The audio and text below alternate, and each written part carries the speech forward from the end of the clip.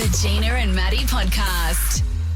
We've got a guest in the studio this morning, Gina Jeffries. We do. We're very excited. Long-time Central Coast resident, and apparently it says on the paper in front of me that you're a Star FM listener. I am. Welcome to this side of the radio. Thank you. Carly Thompson. Now, Carly, I got an email from you saying that it is your personal mission this year to raise as much money and awareness for the Ovarian Cancer Research Foundation. And I thought, you know what, rather than me talk about it on the radio, let's get Carly in to tell us why it isn't so important to you. Yes, so thank you for having me. It is my personal mission to raise as much money and awareness of ovarian cancer and the Ovarian Cancer Research Foundation. Ovarian cancer is the most lethal female cancer. There is currently no early detection test. Women are often diagnosed in the later stages. The statistics associated with this disease are pretty horrendous. We've seen great movements in other cancers, such as cervical cancer. We now have a vaccine. We don't have anything like that for ovarian cancer. Are there any signs that how can women know or what? Ovarian cancer is known as the silent killer. They say the symptoms, they don't speak, they whisper. Symptoms include abdominal pain, bloating, feeling nauseous, weight gain, cramping, abnormal bleeding, symptoms that women have anyway. Yeah, that's hard to and pick, put isn't down it? to anything else. Yeah, quite often women with ovarian cancer are actually misdiagnosed with food intolerances and that sort of thing. Oh, really? Yeah, so it's really important to get some sort of early detection test happening. Yeah. This month is Ovarian Cancer Awareness Month. Yes, the month it is. of February. It is Ovarian Cancer Awareness Month. If you're comfortable, can you tell us why you're so passionate about this? Yeah, absolutely. I lost my mum 10 years ago to ovarian cancer. She was 49 at the time she was diagnosed and she was 53 at the age she passed. So really young, otherwise very fit and healthy. She did have some indicators that should have flagged her as high risk. But she didn't know. No, she didn't know. She had previously suffered from endometriosis. Yeah. Her mother had had breast cancer. Those are indicators that should flag a woman as potentially high risk for ovarian cancer. Oh, really? But it was never picked up with her. She went to her GP to complain of abdominal bloating and was told to take some Inner Health Plus and go home. Oh, you're kidding? No. And endometriosis is only fairly recently people understanding what it is. It's been around for years, but it's sort of women are looking out for that now, thinking maybe this is what that is. Yes, there's a lot more conversations now around endometriosis, which is amazing because previously it can take a woman up to 8 years to receive a diagnosis for endometriosis. Yeah.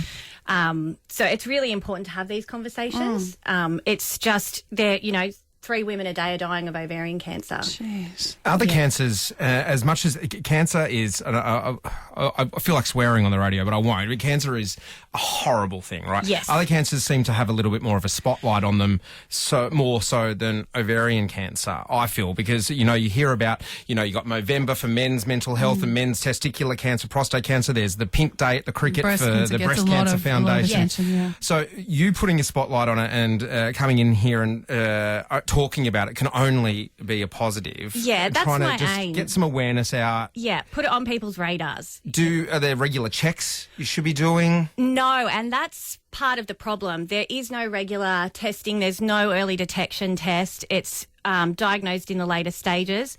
The mission of the Ovarian Cancer Research Foundation is they are the heaviest investor in ovarian cancer research. They want to see an early detection test. We can go for a pap smear. Pap smears will not detect ovarian cancer. That's a common misconception. You could have late-stage ovarian cancer and a normal pap smear. Yeah. It will only detect cervical cancer. We can go for a mammogram for breast cancer. Yeah. There is nothing like that for ovarian cancer.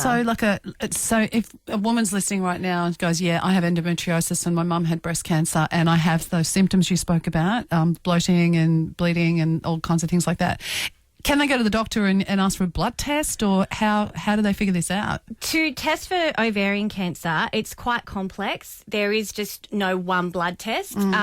They will usually do ultrasounds and blood tests. It cannot effectively be diagnosed until they do surgery. In my mum's case, she went to... After being sent home from her GP, a friend of hers who's a nurse came round and saw her and saw how bloated she was and said, get to Gosford Hospital immediately. There's something going on with your ovaries. And she went and she had an ultrasound and a blood test, and they said to her, you have ovarian cancer. 3 days later, she was in surgery.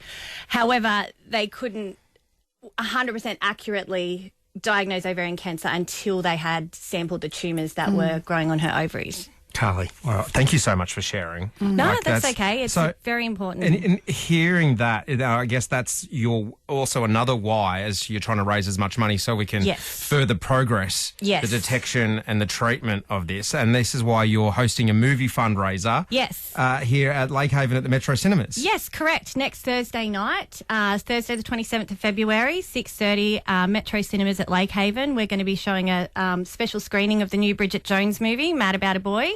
Which is fantastic, by the way. I saw it last week. It's really good. I'm so looking forward to seeing it. Take all the girls, and it's a real girl, make you laugh, make you cry movie. Yeah, no, that's amazing. Well, tickets are $25 and all proceeds are going to the Ovarian Cancer Research Foundation. Amazing. If you're listening to this and you're in the car at the moment, you're like, oh my gosh, all these details, I can't, how can I find out? I'm going to forget by the time I get to work. We'll pop this up on our socials as well, at Gina Matty on Instagram and on the Star FM Facebooks and the Gina Matty as well, and in our podcast, so you'll be able to go back and get it and find out all the information, how you can get involved. And that's not all you're doing either. A little bit later in the year, you're going to be pounding the pavement? Yes, I've partnered as a charity partner with the Ovarian Cancer Research Foundation to run in the Sydney Marathon. Wow. On the 31st of August. So, good on you. Thank you. Well, make sure you stay in touch with us. When it gets closer to the marathon, we'll get you back on the show and we'll find out how we can raise some money there and get some people behind you as well. That would be great. Thank you. Do you want to do a shout out? Because I know your work has let you come in and start work later today so you could come in the radio. So do you want to? They're all listening at the moment. Yes. Shout out to the team at BBA. Thank you for listening. In Wyong there. Carly, you're doing an amazing job and I do appreciate you coming in and sharing your story. And if it helps one person listening today, it's done its job. The Gina and Matty Podcast. For more great comedy shows like this, head to novapodcast.com.au.